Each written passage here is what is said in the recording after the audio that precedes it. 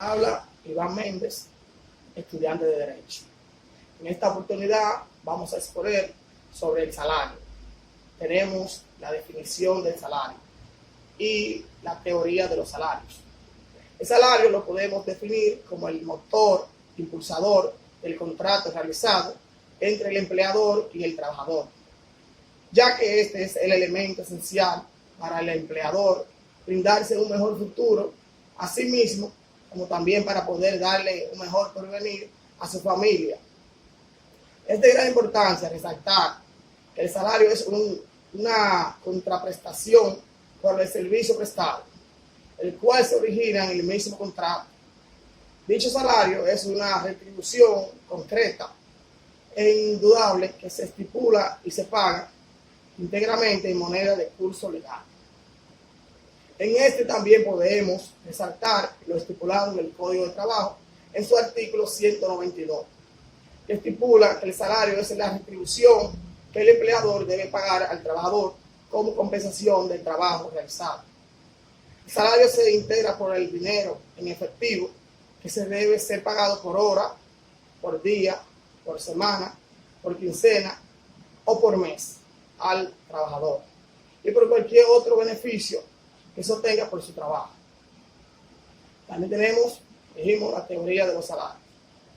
Dentro de las teorías que se puede enfatizar del salario, tenemos lo estipulado en el Código de Trabajo, en su artículo 195, el cual destaca que el salario se estipula y paga íntegramente en moneda de curso legal, en la fecha convenida entre las partes. Puede comprender, además, cualquier otra remuneración, sea cual fuera la clase de esta. También tenemos los tipos, características y naturaleza de dicho salario. Dentro de los tipos de salario, en cuanto a su retribución, podemos encontrar los salarios ordinarios. Estos se les llama ordinario porque las partes llegan a un acuerdo y en ese acuerdo contemplan las horas de jornada, que son las 8 horas como mínimo que la ley establece. También se encuentran los salarios extraordinarios. Este se realiza cuando ya pasan esas horas, entonces ya el mismo Código de Trabajo estipula que se debe efectuar un acuerdo de salario por las horas extras de un 35%. Este puede inclusive hasta aumentar, entre otros tipos que el Código de Trabajo enfatiza. En este también podemos notar que los salarios se pueden realizar de distinta manera. Todo dependerá del contrato, que las partes se han efectuado dentro de la obra que se vaya a realizar.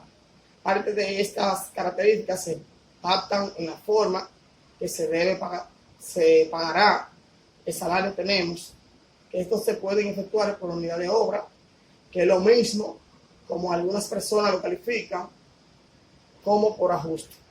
El salario puede pagarse por unidad de tiempo, por unidad de obra, por comisión, por ajuste o por precio alzado, o combinando a algunas de estas modalidades.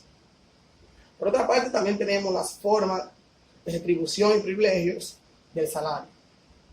Mediante la forma de la retribución que habrá de percibir al trabajador con indicación del pago por unidad de tiempo, por unidad de obra o de cualquier otra manera, y la forma, tiempo y lugar del pago.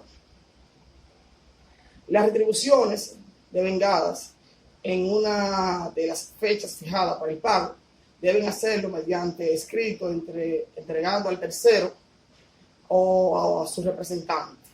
La persona que reciba dichos escritos firmará la copia del mismo, indicará en la fecha, hora de la recepción. Dentro de los privilegios tenemos que podemos connotar, del salario, tenemos que este es un bien patrimonial del trabajador, ya que entra en el patrimonio de dicho trabajador, y este puede hacer lo que desea con su salario. Aquí es importante resaltar que el trabajador, dentro de los privilegios que tiene de su salario, es que puede hacer con dicho salario lo que él entienda y quiera hacer. El empleador solo tiene obligación para el empleado de cumplir con su requisito dinero, y el trabajador tiene la obligación de cumplir con la hora ya estipulada en dicho contrato. También, en cuanto a los privilegios, se puede resaltar que este es un bien inembargable, salvo a la tercera parte por presión alimentaria. También se encuentra el descuento permitido en dichos salarios. Dentro de estos descuentos tenemos lo establecido en el Código de Trabajo, en su artículo 201, el cual estipula que el pago de salario puede ser objeto de estos descuentos. Primero, los autorizados por la ley. Segundo, los relativos a cuotas sindicales, previas autorización escrita del trabajador. Tercero, los anticipos de salario hechos por el empleador. Cuarto, los relativos a crédito otorgado por instituciones bancarias con la recomendación y garantía del empleador. Por el concepto, no podrá descontarse más de la sexta parte del salario mensual percibido por el trabajador. 5. Los relativos a los aportes del trabajador a planes de pensiones privados. Estos fueron parte de los descuentos que la ley le establece a los empleadores que se puede descontar a los trabajadores. En cuanto a la protección legal del salario, podemos exaltar lo estipulado en el artículo 151 del Código del Trabajo, el cual estipula que la protección que la ley le otorga al salario del trabajador se enfatiza en el tiempo que un trabajador permanece inactivo dentro de la jornada, cuando la inactividad es extraña a su voluntad o a su negligencia las causas legítimas de suspensión del contrato. Tenemos que la protección legal del salario es una protección que le ejerce la ley a dicho trabajador. ¿Por qué?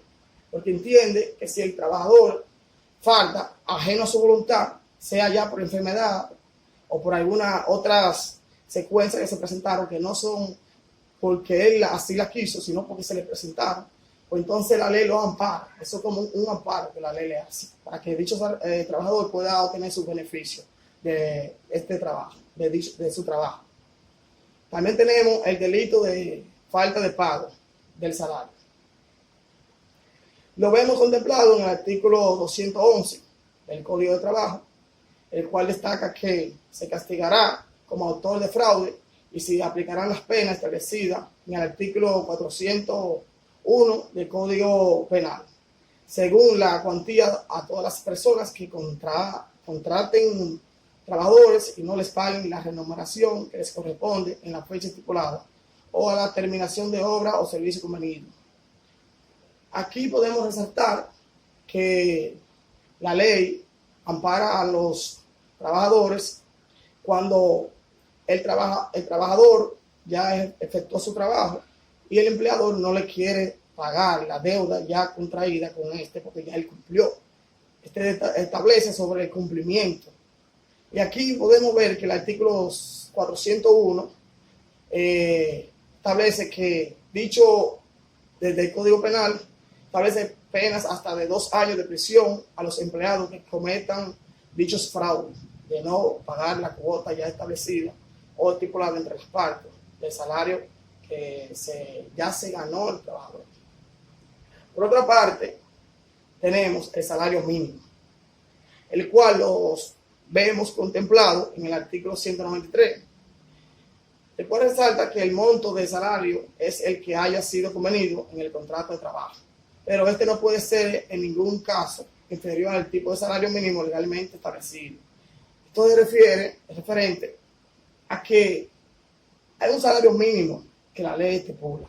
Entonces un trabajador que contrate, un empleador que contrate a un trabajador no puede pagarle menos del salario mínimo. Sí pueden contratarse ambas partes y puede pagarle hasta más, pero no puede ser nunca menos que el salario mínimo estipulado en la ley. Tenemos origen y evolución. de dicho salario. En cuanto al origen y la evolución que el salario ha venido presentando, la encontramos en el convenio 95 relativo a la protección del salario del trabajador, el cual fue aprobado mediante resolución 5368, la cual fue promulgada en el año 1960 en la Gaceta Oficial 8484. Estos son parte de los elementos que han aportado para que puedan existir todos estos elementos que se vienen presentando en la protección del salario. Por otra parte, tenemos fijación del salario mínimo. En cuanto a la fijación del salario mínimo, se puede efectuar mediante un convenio contractual entre el empleador y el empleado, pero siempre tomando en cuenta que el salario que se establecerá no puede ser mínimo al salario que la ley estipula. Como dije anteriormente, no puede ser mínimo el que la ley ya establece o esté establecido por ley. También tenemos lo que resalta el artículo 213 sobre el salario mínimo. Este es el menor salario que puede convenir en un contrato de trabajo. No puede ser menos de esa cantidad ya establecida por ley, el salario mínimo, porque la ley entonces ya no ampara ese contrato y no es legalmente dicho contrato. Esta es parte de la protección que la ley le enfatiza, el salario del trabajador. Por otra parte, tenemos el salario de Navidad. Este lo vemos contemplado en el artículo 219 del Código de Trabajo, el cual conceptualiza que el empleador está obligado a pagar al trabajador en el mes de diciembre el salario de Navidad, consistente en la 12ª parte del salario ordinario devengado por el trabajador en el año. Sin embargo, casos el salario de Navidad será mayor del monto de 5 salarios mínimos legalmente establecidos. Para el pago de este salario se excluyen las retribuciones por horas extraordinarias y el salario correspondiente a la participación en los beneficios de la empresa. A dicho salario es el cual se le conoce como salario 13 y también como el doble. Tenemos, por otra parte, participación de los trabajadores en los beneficios de la empresa. Todos sabemos que la ley establece beneficios para los trabajadores. En estos beneficios encontramos el Código de Trabajo de la República Dominicana, la ley 16-92, establece en los artículos 223 al 227 la obligatoriedad de las empresas de otorgar participación equivalente al 10% de las utilidades o beneficios netos anuales a todos sus trabajadores. Les llamamos la bonificación anual. Esta es la bonificación que se le entrega a los empleados, a los trabajadores todos los años y que se le debe entregar por ley. Dicha ley, en su artículo 223, resalta que es obligatorio para todas las empresas otorgar una participación equivalente al 10% de las utilidades o beneficios netos anuales a todos sus trabajadores por tiempo indefinido. Finalmente, este es todo de mi parte, espero que se haya entendido y muchas gracias.